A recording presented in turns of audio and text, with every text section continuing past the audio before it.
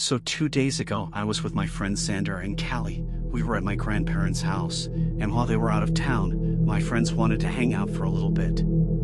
After I finished all my chores, I decided I wanted to take them to my old hideout in the woods. Sander was a little hesitant but ended up going with me and Callie. Anyway, we all walked to the woods looking to just have some fun and mess around. We get to the opening in the woods, and I tell them it's going to be a very big climb. Callie pulls out her phone and starts recording. Sander sounds a little scared and says he's not good with climbing, but Callie ends up convincing him to go anyway. We got about halfway to the hideout when Sander stopped and said he had an eerie feeling. I told him it was probably nothing, and we continued walking. A few minutes later, we were at my old hideout. At some point, Sander asked if we could leave because his back was starting to hurt, so we got up and started walking back. We left the woods and started the walk back to the house when Sander and Callie started to freak out, saying they didn't have a good feeling. She ended up saying she needed to sit down because it felt like someone had punched her in the stomach, and then she collapsed onto the ground. I look at Sander and ask him to help me get her up. She was still awake, but really out of it. We started walking with her, and we only got a few steps when she regained complete consciousness. She looked at us and said she was scared.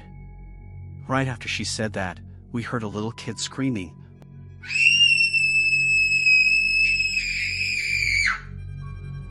We got so scared that, without thinking, we sprint back to the house.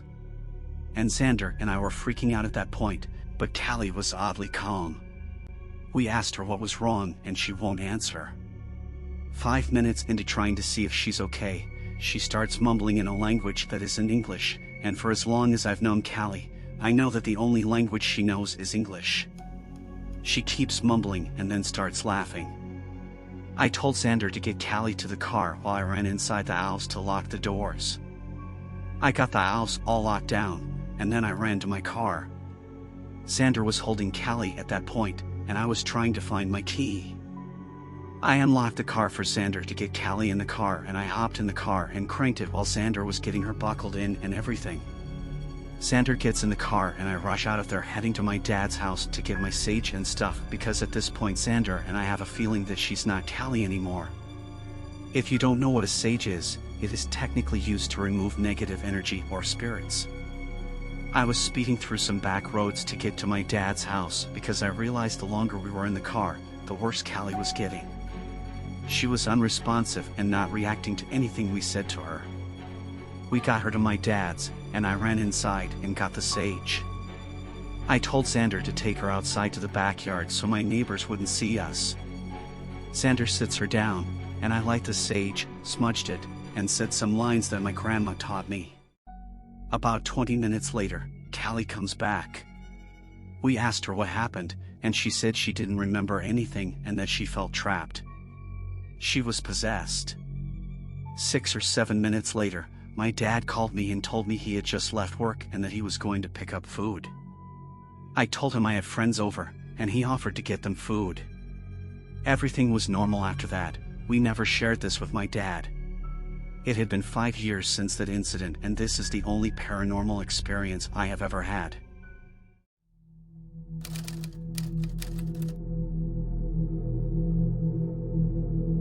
So this incident happened many years ago when I was about 10 or 11 years old. I wouldn't describe the area as backwoods necessarily, but it was a wooded 100+ acre ranch. The land is in the southwest part of the United States. My family owns the property and we have family reunions every year and all stay for about 5 days to camp. There's an area of the ranch where we all set up camp and cook and eat. Getting to that part of the ranch required driving through a small village and several gates for about 2 miles. The first gate beyond the village is slightly past a set of railroad tracks. That's a lot of description, but it's relevant later in the story. Because I had been camping at the ranch for as long as I could remember and the land was private, my parents would allow me to go off on my own during the day as long as I didn't go too far. I would spend time walking the property near our camp area looking for arrowheads or trying to catch tadpoles in the ponds.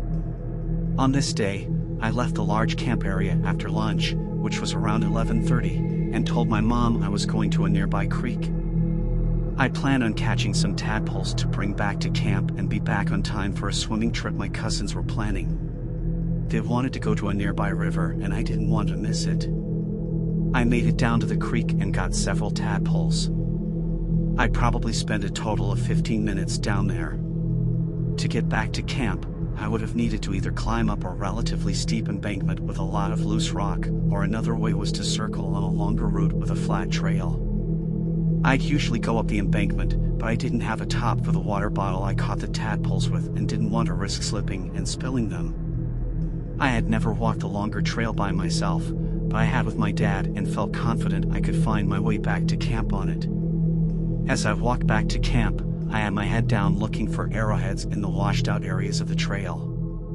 I started feeling a little creeped out as I continued walking. We all know that feeling like someone is watching. It was unsettling, but I chalked it up to just getting spooked being on the trail by myself. Now the next part, I can't explain whatsoever. I was walking and suddenly I became unconscious. I don't remember falling to the ground, but the next thing I remember after gaining my conscious back is I wasn't on the trail I had been on before. I was near the railroad tracks and it was completely dark. My mom was standing in front of me shaking my shoulders and yelling, "Where were you?" Two things I remember clearly about the moments are the look of fear in my mom's tearful eyes as she was yelling at me, and secondly, the confusion I felt about what the hell was going on. The last thing I remembered was walking on the trail back to camp, and now suddenly it was dark and I was at the railroad tracks leading to the ranch, which was over 2 miles away. If I had passed out, how could have I traveled that distance? My parents drove me back to camp and I learned it was 10:30 p.m. This meant I had been gone for 11 hours. My parents and all my family had understandably freaked the hell out when I hadn't returned to camp. They had been looking for me all day. I was a really good kid growing up and rarely broke any rules, so my parents were baffled at my behavior. I tried to explain to them that I had no memory of getting to the tracks, but they didn't believe me. They thought maybe I got lost and was embarrassed to admit it. This was the only time I've ever experienced something like this. I can't explain how unsettling it is to not be able to account for all those hours I was gone. I wish I had answers for what had happened. I still question myself if that was some evil toying with me or I had lost my mind.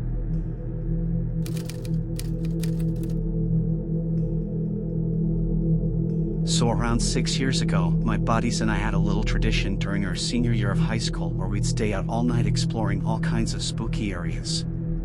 And this was before any of us had a car, so everything was traveled by foot. One night in particular, we had ventured out over an hour from our usual exploration areas and we came across a heavily wooded area that we hadn't been through before.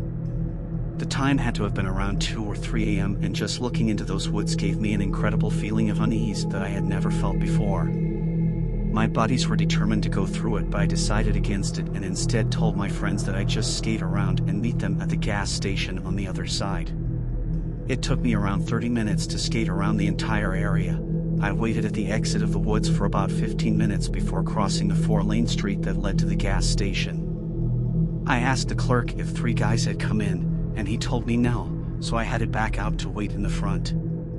10 more minutes passed before I can hear heavy footsteps moving quickly from behind the gas station's main building.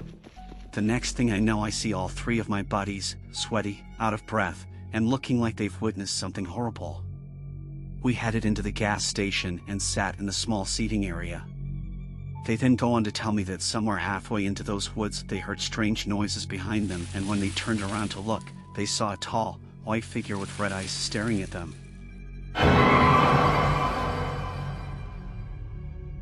They said they freaked out and just took off. As they neared the end of the woods, they could hear the leaves and branches rustling as if it was chasing them. They kept running until they crossed the road separating the woods from the gas station, and once they were at the back of the gas station they looked back and could see the figure just standing at the edge of the woods. The way they described was that it only vaguely was shaped like a human, more like a Bigfoot-type creature, but it was white and had piercing red eyes. Honestly, I had never seen anyone so distressed in the way that my friends were. They genuinely seemed terrified, and that night was the last time they ever wanted to stay out all night. I could truly see fear in their eyes for the first time, and I was 100% sure that they were not making that up. We asked some of the locals, and they told us that they sometimes hear strange noises from that place and warned us to never go back.